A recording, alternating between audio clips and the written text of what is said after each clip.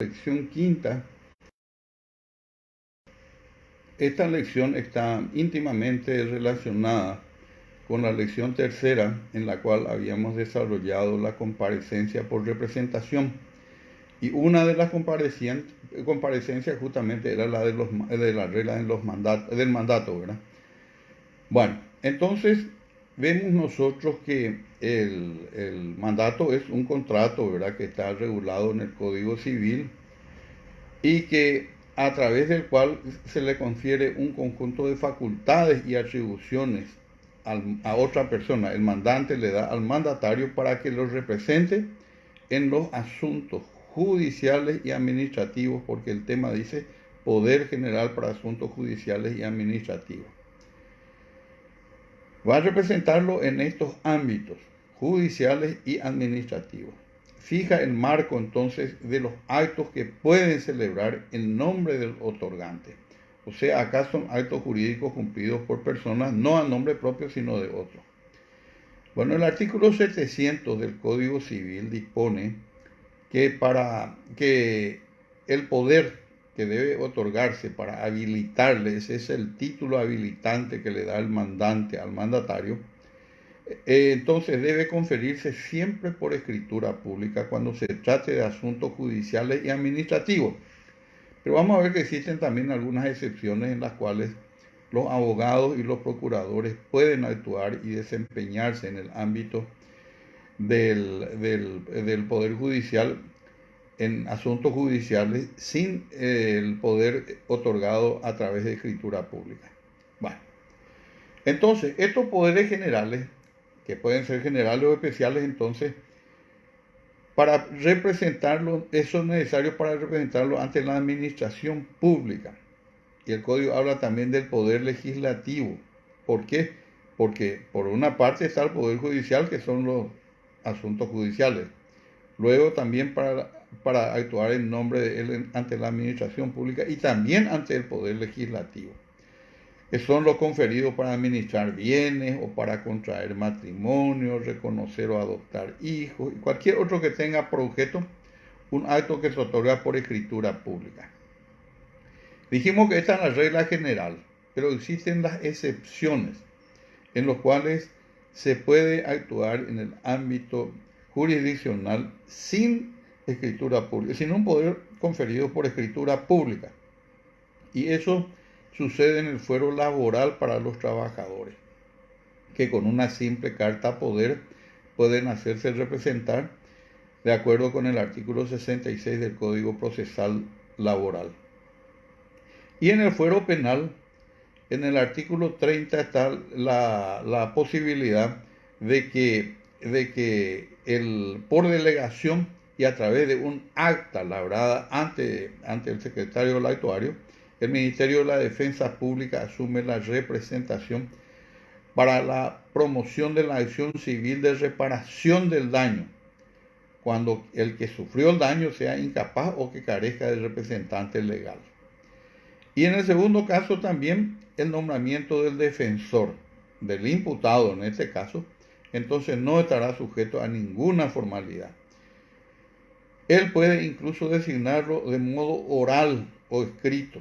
Y una vez que haya aceptado el cargo, entonces ya el mandatario tiene todas las facultades para representar a su defendido en ese caso. Ahora bien, nuestro programa nos habla de un poder especial para vender inmuebles. Dijimos que los poderes pueden ser general o especial. General son para todos los actos de la vida para los cuales no se requieren poder especial. O sea que el poder general es un poder residual para todo aquello que ya no está específicamente estipulado que debe ser por poder especial. Y el poder general, desde luego que siempre se concibe bajo el ropaje de que es utilizado para los actos de administración simplemente, como por ejemplo representarlo en juicio y compañía, pero ustedes se habrán percatado, especialmente los abogados, que aunque uno esté respaldado con un poder general, a veces requiere el poder especial del mandante para realizar ciertos actos, como por ejemplo el desistimiento o por ejemplo el allanamiento o cualquier otro acto que son actos reservados exclusivamente para los titulares del derecho en controversia. Bueno, tenemos nosotros que el poder especial es especial, ¿verdad? Para vender un inmueble. Y esto está en el código, en el artículo 884, en el inciso E, que dice: para efectuar cualquier acto a título oneroso o gratuito referido a derechos reales sobre inmuebles, ya sea para transmitir o para renunciar o para constituir o para extinguir. Ahora bien, este poder especial debe estar inscrito en el registro de poderes. Y el notario, antes de autorizar el acto, no solamente debe exigir que se le presente ese poder especial inscrito en el registro de poderes, sino que además debe solicitar al registro de poderes que informe si ese poder está aún vigente, porque una persona puede conferir un poder y luego revocarlo. Y cuando se trata de poderes de esta naturaleza, justamente recae en el notario la obligación y el deber impostergable de inscribir, de registrar este poder en el registro de poderes. Este es uno de los dos únicos casos en los cuales esta obligación pesa exclusivamente en el notario público. El notario público normalmente también toma a su cargo la inscripción. ¿Por qué? Porque está percibiendo una suma por eso, en ese concepto, por la inscripción. Aparte del costo correspondiente al canon que se paga en el registro público. Pero en los casos referidos a estos poderes en los cuales se van a vender inmuebles, esta es una obligación de inscribirlo que pesa en el notario, sea que él perciba o sea que no perciba honorarios en ese concepto. Es una obligación de él, y muchos notarios han perdido su registro, han perdido mucho de sus patrimonios también por este motivo, porque olvidaron de inscribir, por ejemplo, una revocatoria, porque ahí se inscribe no solamente el poder que se otorga, sino también la revocatoria o la modificación del mismo. Por eso el notario, antes de autorizar el acto, debe solicitar la vigencia del mismo. Me viene a la memoria un caso de un escribano del interior, pero un buen escribano, ante el cual un señor había dado un poder especial para vender a favor de su hijo, y era un señor que era propietario de un gran patrimonio, y este hijo después comenzó a utilizar, y apenas se enteró de eso, el padre fue y revocó en esa notaría, revocó, pero el notario se olvidó de inscribir. Entonces el hijo, el mandatario, se fue y transfirió todo. Y cuando el padre vino y le reclamó al escribano si por qué no había inscrito eso, ¿verdad? Él se desesperó porque encontró que en la ley está estipulado como una obligación a cargo del notario. Recuerdo que él vino a hacerme una consulta, yo en esa época era magistrado judicial, y le di un consejo del cual hasta hoy me arrepiento. Le dije: pegate un tiro, le dije, porque en realidad no tenía ningún tipo de defensa. Es una obligación, un deber del notario, y está establecido en la propia ley. Pero al decirle yo eso, que no es correcto que yo le responda así, porque era una persona a la que yo conocía, lo que le dije es: no hay ninguna solución posible. Lo ideal es que trate de llegar a un acuerdo con el señor porque él debe responder por todos los daños y perjuicios que le pudo haber causado, pero él no estaba en condiciones de responder por todo eso. Bueno, en fin, no sé cómo después concluyó, pero repito, mucho ojo con esto, mucho ojo. El registro de poderes se inscriben ciertos tipos de poderes que están bien identificados en la ley 79 Código de Organización Judicial. Ahora bien, un vehículo automotor está estipulado en el artículo 700, inciso A, que los contratos que tengan por objeto la Constitución deben ser hechos por escritura pública. Pero como se trata de un bien muy similar a los inmuebles, entonces también se exige que este sea a través de un poder especial. Este poder también debe estar inscrito en el registro de poderes, y cuando el mandatario quiere servirse de ese poder, el notario tiene también el deber de solicitar al registro de poderes la vigencia del poder. Ahí tenemos nosotros que el Código Civil también establece varios casos en los que se exigen poder especial. En primer lugar, tenemos para efectuar pagos que no sean los ordinarios de la administración. Porque ustedes saben que se pueden administrar bienes ajenos y hacer pagos incluso que son propios de la administración. Esos no requieren un poder especial. Para novar obligaciones existentes al tiempo del mandato también se requiere poder especial. También para llegar a transigir, a comprometer en árbitros, prorrogar jurisdicciones, en fin, ustedes eso van a encontrar todos en el Código Civil, como les digo, en el artículo 884, respecto del cual quiero hacerles algunos comentarios, especialmente de algunos incisos. Por ejemplo, se exige poder especial para hacer donaciones y también para revocar las donaciones ya hechas, en la cual se debe designar en ese poder al donatario. Para dar o recibir dinero en préstamo también necesita poder especial. También para dar en arrendamiento por más de 5 años inmuebles que estuviera a cargo del apoderado. También para formar sociedad, para aceptar o repudiar herencia. Ustedes es indispensable entonces estar respaldado con un poder especial.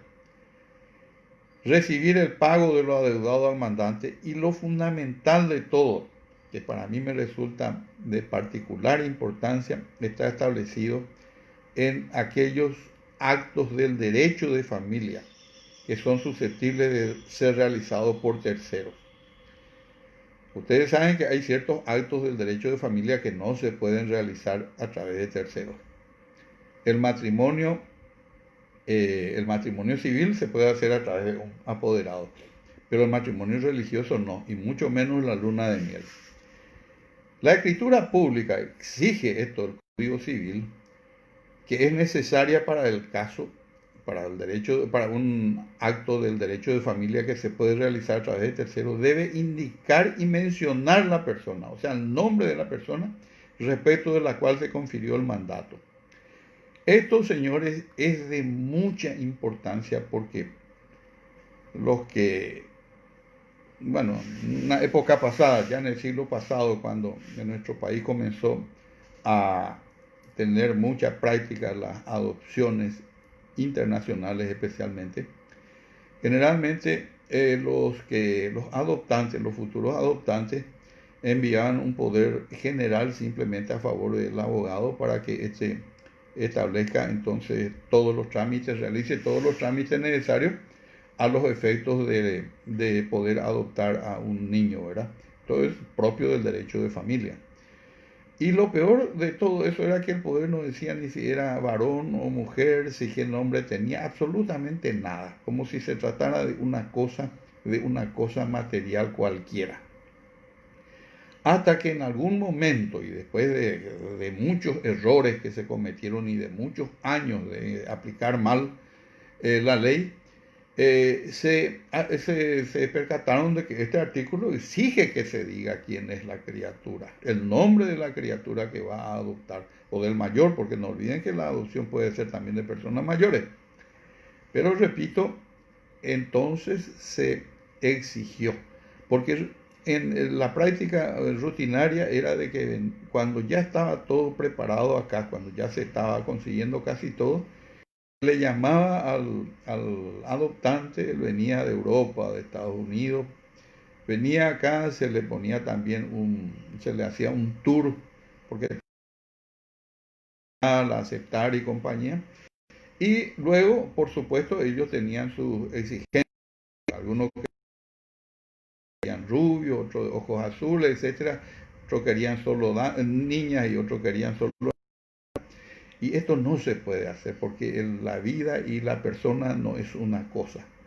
Por consiguiente, este artículo que exige el poder especial para estos derechos, para efectuar actos de derecho de familia que pueden efectuarse a través de terceros, entonces el nombre de la persona respecto de la cual está dando. Si yo, por ejemplo, quiero reconocer a un hijo a través de un mandatario, yo debo conferirle un poder especial y mencionar ahí el nombre. No es que yo le estoy dando a él la posibilidad de que él vaya y elija a qué niño va a adoptar. Y si deseo contraer matrimonio y estoy en condiciones, por ejemplo, que no lo estoy, en condiciones de contraer un matrimonio válido, le puedo dar un poder, pero le digo con quién. No es que él va a llegar y decir, bueno, voy a ver con quién se va a casar acá este señor. No, ya tiene que estar bien clarificado el nombre de la persona respecto de la cual se está confiriendo ese poder. De manera que esta es una cuestión que hay que tener bien en cuenta. Ahora bien, los poderes que se deben presentar en juicio, entonces siempre deben constar en escritura pública, como dijimos. Y algunos casos, por ejemplo, de los extranjeros, porque cuando se tiene para ser extranjero, entonces se debe hacer la legalización por el Ministerio de Exteriores o la apostilla correspondiente y los notarios.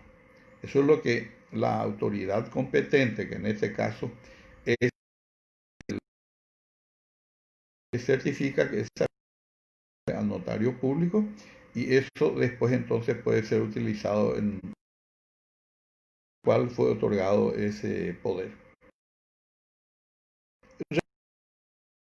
En el ámbito civil dijimos por escritura pública y solamente para ciertos actos se exigen que sean poderes especiales. Pero en el ámbito penal se exigen poderes especiales para promover querella criminal y también para imputar en una acción penal privada. Y algunos también dicen que para radicar una denuncia se requiere poder especial según los términos del 285. Por último, que también tiene una vinculación con el mandato, pero en realidad mandato no existe, sino que existirá únicamente en el caso de que el beneficiario ratifique la gestión. Volvemos a tratar acá lo que ya hablamos de la gestión del negocio, en el que esa persona oficiosamente asume la gestión de un negocio ajeno por un motivo razonable.